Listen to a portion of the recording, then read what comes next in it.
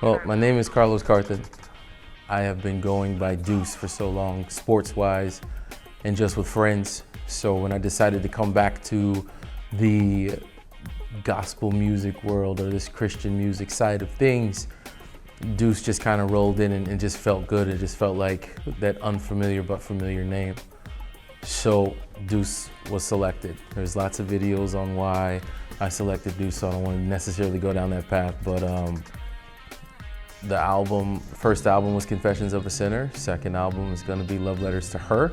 So today we're just kind of gonna go over lyric, what it meant, just kind of like discuss a little bit more about why these songs, what made me write these songs, the co-writers that I selected and chose, the beat selection, potentially the mix on the song. We can kind of talk about a little bit of all of that. Yeah, absolutely. You said it yourself, Confessions of a Sinner. Let's get behind the lyric. Yeah.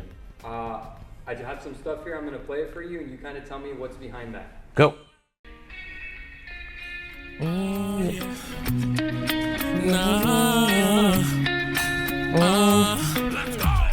go. Dripping through the curtains, ocean in your eyes, coffee on the counter, drinks we keep on ice. From the elbow to the wrist, ink the perfect lines. Got a method I do, now your heart's on mine. Every mark a promise, every scar a vow. We were broke but rich in faith, look at us now. You say, baby, keep on going, don't you ever stop. We ain't there yet, but we see it all. Whispering soft when the days get long. Until the island, that's our song. I'm an island boy when I'm riding with you. Palm trees in my head, but I'm grinding for two. Matching tattoos, tell the truth on my skin. Married to the vision, yeah, we all in. From the city nights to the sand someday. Until the island, yeah, we sit. Okay, you've been all over. You've been Nashville, you've been LA, California, you did all of that. Yeah. Atlanta. Why are you an island boy? One. Two, tattoos. There's a lot going on. Let's talk about it.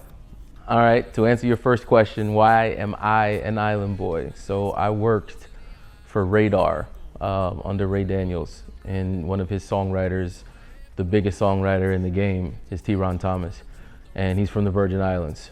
And sometimes they speak in their Virgin Island talk, sometimes they speak clear English, American English, sometimes they do a mix of both.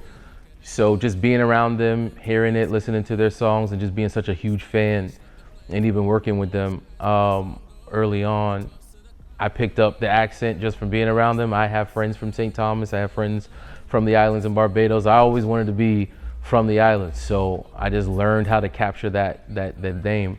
But the song has nothing to do with that. The funny thing about the song is, on the inside of my wedding ring, it says Island Boy.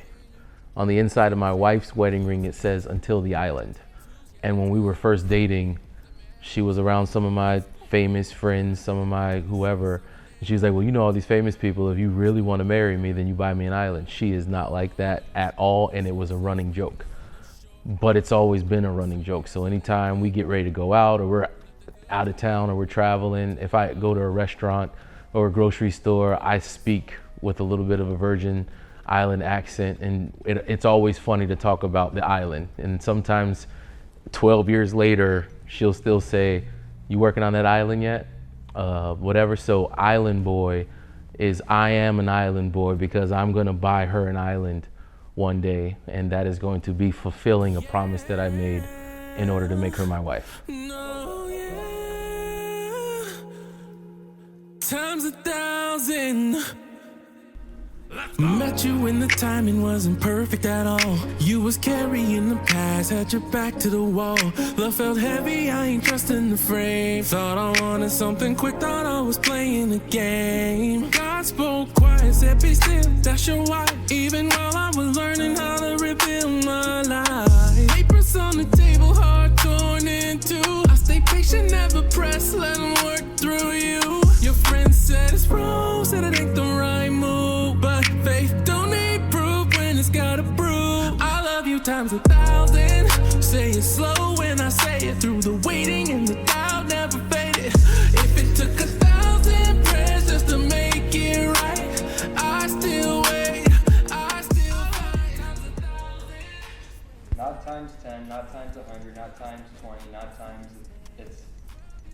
Times 1,000. Yeah. Why? I told my wife I loved her from day one, from the first date. I told my wife I wanted her to be my wife on the first date. She said I was crazy. But as we kept dating, as we kept hanging out, she slowly started coming around, but it wasn't safe. She had been in really bad relationships. She had had stuff happen to her in her past that caused her to not want to be able to love. To not want to, but not even know how to not love herself, to not know God's love, to not accept love from others. It was just a big, just mess, hodgepodge of stuff. So at the end of the day, when I told her I loved her, and I kept saying it just because you don't say it back, like, I don't need the date, I'm whenever you ready, let's go.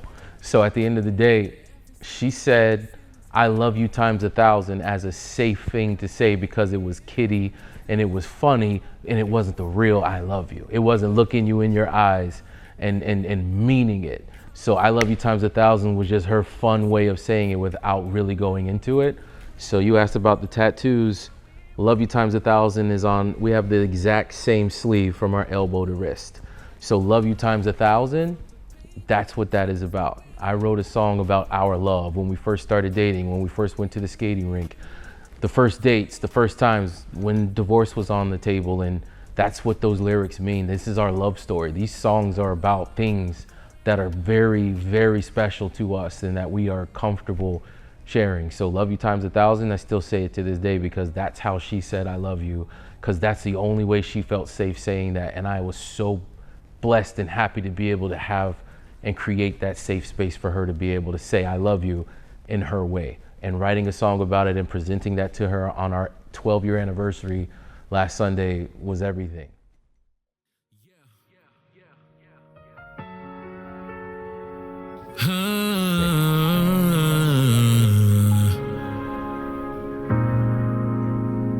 You said your heart was on airplane mode. No signals, then you was done with hope. Read my smile like a late night text. Thought I just wanted what came next. You kept your distance, arms folded tight. Didn't trust my intentions that first night. Said you was done believing in love. Didn't know patience was my kind of touch. City lights glowing through the sheer curtains. 11:31, your truth felt urgent. When our lips met, you pulled away slow. Said I don't deserve something as real. No, yin-yang love, we contrast clean. Different shades, but in between. You see danger, I see design. Love, it kind of goes without saying that there's a lot of contrast between the two and almost like a magnet coming together. Yeah. But there are some subliminal things that are not really subliminal, but Oh, it's in your face. yeah, it's in your face, and Yeah. the context behind it, like one of the lyrics, a heart on airplane mode, just metaphorically, what does that mean? Airplane mode is obviously something that's not good, so what does it mean in the song? So again, bad relationships in the past, not wanting, right? Like your phone's not completely off, your heart is not completely shut off, but it's on airplane mode, so there's no signal coming in unless you want it to. So even down to the actual lyric of airplane mode is your phone's on, but it's not, your heart is on, but it's not open. It's not accessible unless you allow it to. And I lived in a hotel at the time, like I was staying at the W, and that was my home, like that's where I lived. So when I was inviting her to the hotel, it wasn't to have sex, it wasn't to come and try something.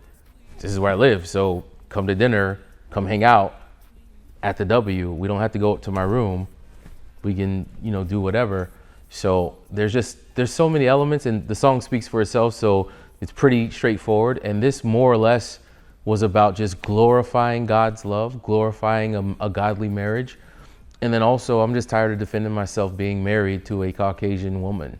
Like, yes, I'm black, my wife is white, so what? Why do we still care about that? Why is that such a big deal? In fact, I'm no longer ashamed. I'm no longer trying to defend it. I'm going to sing about it. So no TMZ, no other network is gonna say, oh my gosh, he's married to a white girl. Who cares? You shouldn't care. I celebrate love, God's love.